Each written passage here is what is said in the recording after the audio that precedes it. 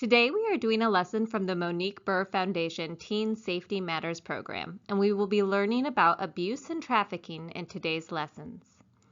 Because this is such important information, I ask that everyone please pay attention and participate in the discussion and activities after the video. Remember, we will be covering some sensitive topics. The expectation is that everyone will act maturely and be respectful of others' feelings, emotions, and privacy. And if the information we discuss is difficult to hear or talk about, you may excuse yourself to talk to your school counselor, social worker, or another safe adult. I also ask that if you have any personal stories to share related to what we are discussing today, you wait and share them after the lesson. Not because they're not important, but because we have limited amount of time to get through the lesson today. These 5 safety rules can be your guidelines as you encounter situations that might potentially be unsafe throughout high school. As we address the different topics today, we will consider how each of these rules can help you. But let's start by learning what each rule means and how it can help you stay safe. Safety rule number 1 is know what's up. Knowing what's up means you are aware of your environment and people around you, both online and offline. It includes things like knowing your personal information and your parents' or safe adults' work or cell phone numbers.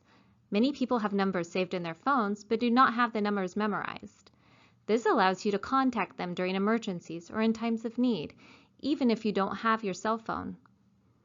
Being aware of social interactions of those around you, called social awareness, and knowing whether situations are safe and appropriate, and if people's behaviors are safe or not. Understanding if websites, apps, and online behavior is safe and appropriate. Knowing how to make decisions that will help keep you safe as you get older and assume more responsibility. Safety rule number 2 is spot red flags. Spotting red flags means recognizing potential dangers, online or offline. Red flags may include bullying, cyberbullying, or other inappropriate online behavior. Adults or other teens trying to trick, force, or manipulate you into unsafe or inappropriate situations. Controlling behaviors or emotional or physical abuse between partners in a relationship. Safety rule number 3 is make a move. After you spot a red flag or recognize that a situation or person is unsafe, you can make a move by getting away from an unsafe situation or person if you can, or staying away from unsafe or inappropriate people and situations. Safety rule number 4 is talk it up.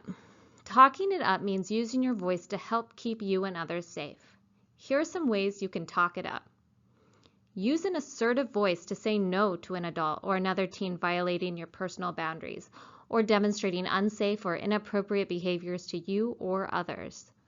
Report unsafe situations or behaviors to a safe adult. Not reporting, to avoid being seen as a snitch, allows problems to continue to grow and may cause more damaging long-term consequences. Talk to a safe friend who will support you and help you talk to a safe adult.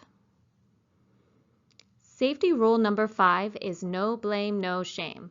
This rule reminds you that you should never feel ashamed to talk to a safe adult if you've been hurt or about decisions you've made, because making mistakes is inevitable as you mature. Talking to a safe adult can help you learn and help you avoid negative consequences.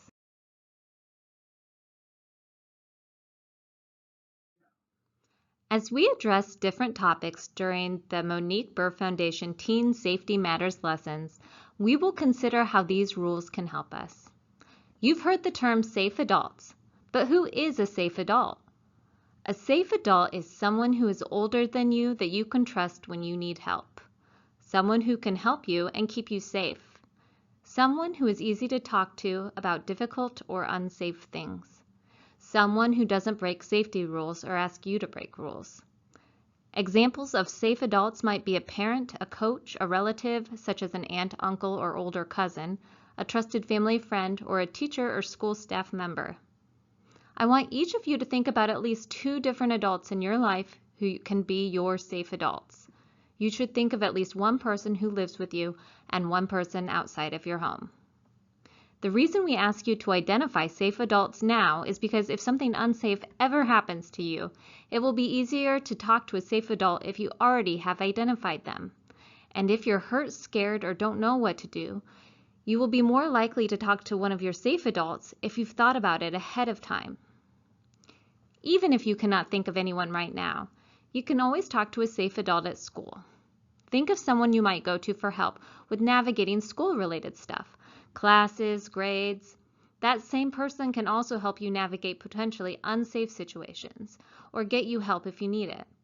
Examples might be a school counselor, social worker, a teacher, the principal, or other administrators.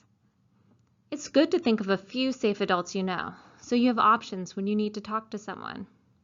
And if you tell a safe adult about something unsafe and they don't help, you should always tell another safe adult.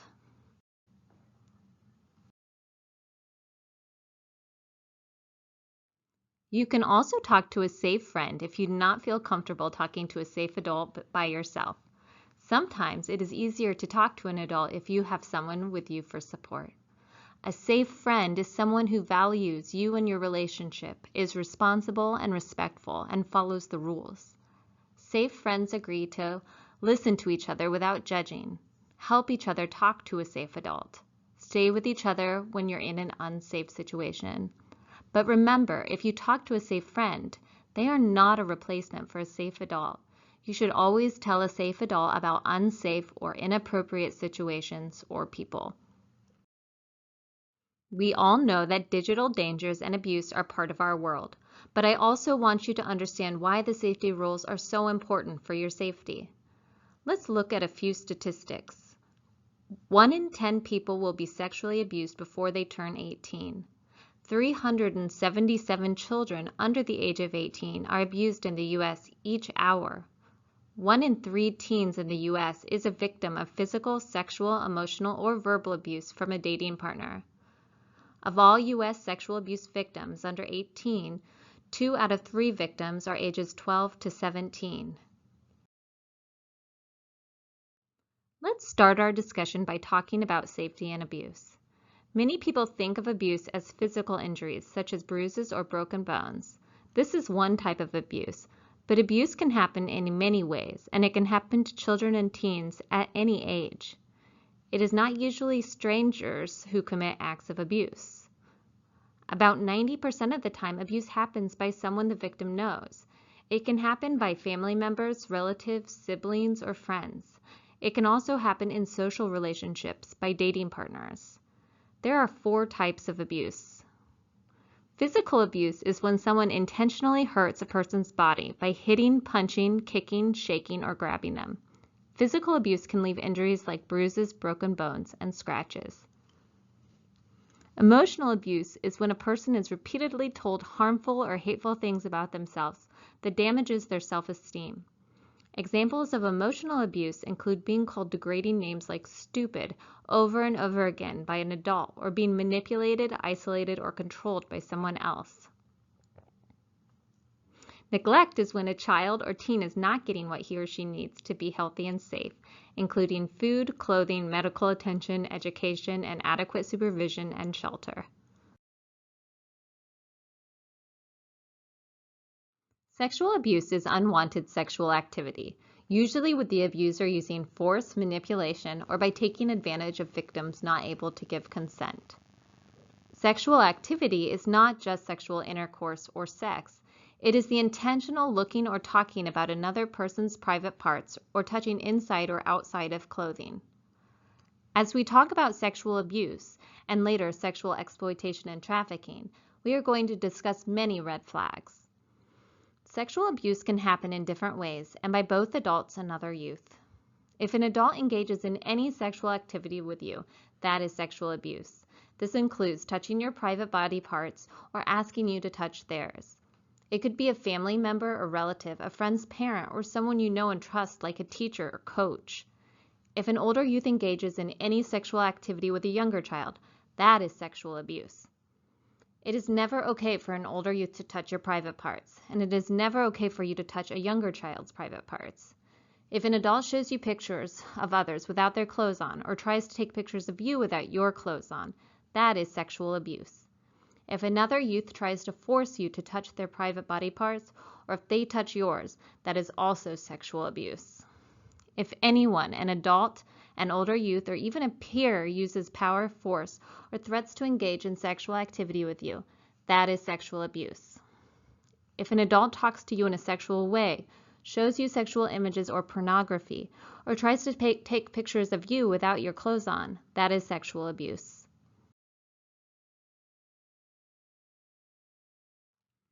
Often, when sexual abuse happens, a perpetrator first grooms their victim. Grooming is when someone older or in a position of authority builds an emotional connection with a child or teen to gain their trust for the purposes of sexual abuse, sexual exploitation, or trafficking. Grooming can include someone getting physically close or touching you in ways that makes you uncomfortable or that don't seem right for the kind of relationship you have.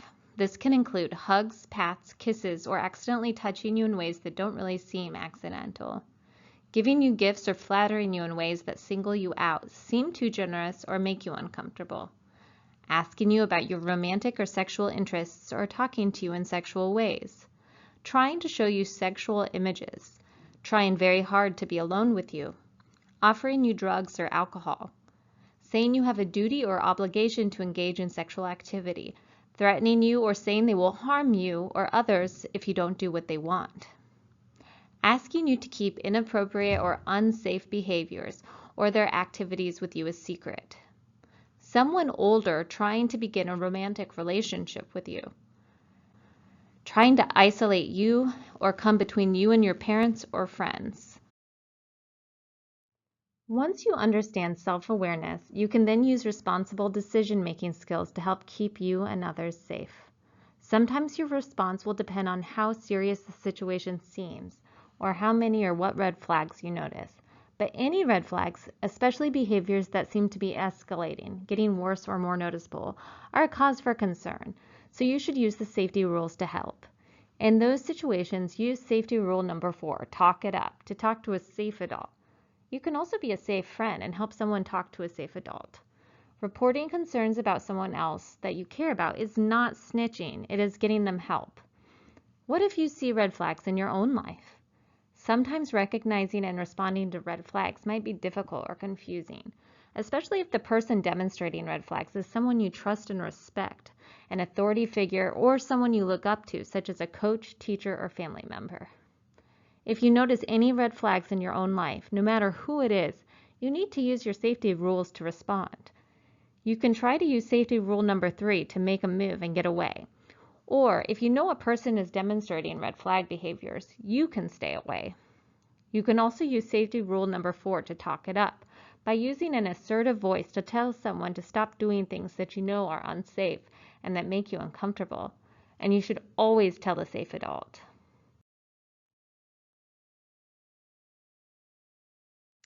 Another type of sexual abuse is sexual exploitation. Sexual exploitation means using pictures, messages, webcams, or real-life interactions for sexual purposes or sex crimes. Sexual exploitation may lead to sex trafficking.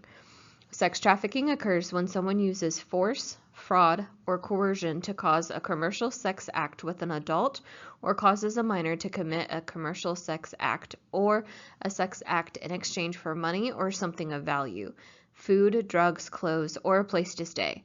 Victims often endure emotional, physical, and sexual abuse, violence, exploitation, and control.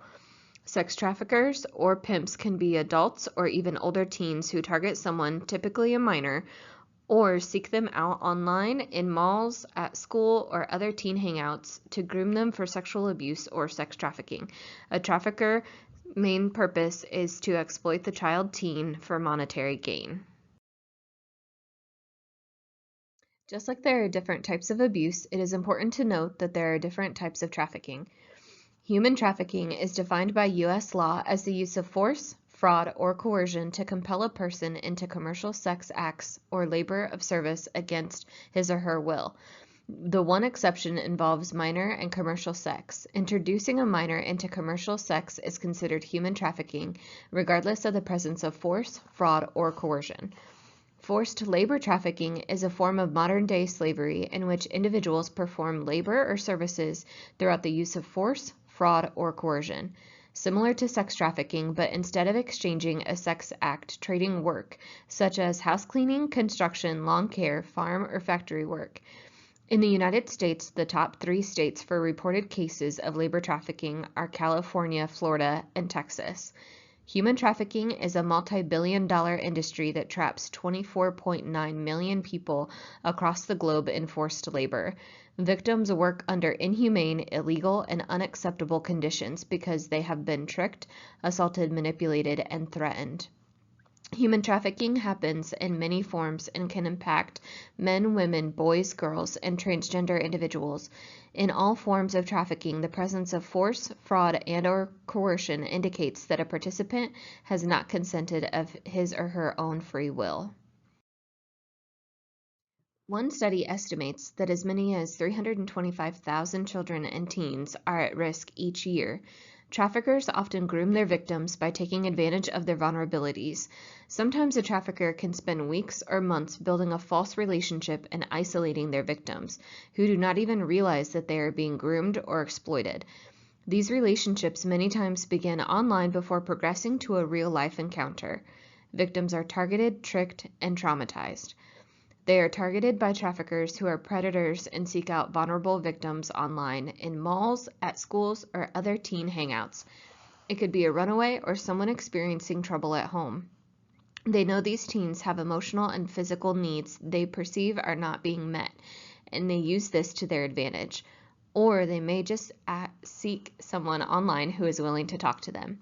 They are often tricked by traffickers who are willing to invest a great deal of time and effort in their victims to break down their natural resistance and suspicion, buying them gifts, providing them a place to stay, promising a loving relationship before revealing their true intent. Often victims do not realize their deceptive nature of their trafficker's interest in them, viewing them as a caregiver and/or boyfriend-girlfriend. And they are usually traumatized. A trafficker will often manipulate their victim, causing them to truly believe the trafficker loves them and cares for them. They often use emotional, physical, and sexual abuse and may also use physical control, threats, violence, and drug addiction to make a victim feel trapped and powerless. The manipulation associated with human trafficking, called grooming, can involve a variety of behaviors, and it can happen online and in real life. Red flags for grooming may include things like the trafficker providing the victim their basic needs and/or expensive items, meeting the emotional needs of the victim who feels alone and not understood by spending time with them, listening to them, and giving them compliments, making false promises about getting them modeling or other jobs, or about helping their family financially, coercing the victim to send pictures online and then using them to blackmail them to send more, meet offline, and eventually to have sex with others. This is called sextortion. Other red flags that more specifically may indicate sex trafficking include the sudden presence of an older boyfriend, girlfriend, having new or expensive items, being secretive about who they are talking to or meeting, or about their online activity, becoming isolated from their friends and family, responding to a job offer online such as modeling or acting, suddenly seeming anxious or hostile, engaging in risky sexual behaviors, using language not previously used about the life, the game, clients, pimps, or recruiters. Signs of physical abuse, cuts and bruises, a tattoo that they are unable or hesitant to explain. The best way to avoid becoming a victim of sex trafficking is to know how traffickers work, to know how children and teens are manipulated into sex trafficking, and to be alert of the red flags, and to use the safety rules to avoid this type of behavior from anyone. As with other types of abuse or victimization we've talked about, you can use the 5 safety rules to keep yourself and others safe from trafficking. Safety rule number 1, know what's up. Means you are aware that trafficking exists and understand how traffickers attempt to target young people. Safety rule number 2, spot red flags, means you can recognize the ways in which traffickers try to trick their victims. Safety rule number 3, make a move, involves getting away and staying away from unsafe situations or people who may be trying to traffic you. Safety rule number 4, Talk it up means talking to a safe adult if you think you or someone you know is being trafficked. If you see something, say something. You can and/or your safe adult can report suspected trafficking by contacting the 24-hour National Human Traffic Hotline, 1-888-373-7888. Safety rule number 5. No blame, no shame reminds you that you are never at fault and you are never to blame if you are a victim of trafficking. And if anything has ever happened online or off and in the past, it is never too late to tell. The most important thing I want you to walk away from this discussion is that you should never think this couldn't happen to you or your friends. It doesn't matter where you live, what your parents do, or what school you go to. It is happening everywhere in our country, and it is happening here. If you recognize red flags in someone who is being trafficked, it is important to act to get them help because they are often scared and don't seek help on their own. If you do identify any red flags, or if you suspect someone is trying to groom or manipulate you, or to begin a relationship with you for sex trafficking, you can call the trafficking hotline to get advice and help. And use your safety rules to talk with a safe adult. Remember, safety rule number 5, no blame, no shame.